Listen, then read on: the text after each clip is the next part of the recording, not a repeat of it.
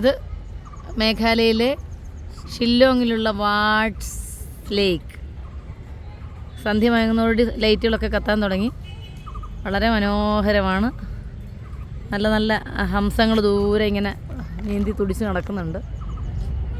ഹംസങ്ങൾ ഇത് വളരെ വർഷങ്ങൾക്ക് മുമ്പ് ഇവിടെ ഒരു എർത്തുക്വേക്കിൽ ഇത് നശിച്ചു പോയിട്ടുള്ള ഒരു തടാകമാണെന്ന് എഴുതി വെച്ചിട്ടുണ്ട്.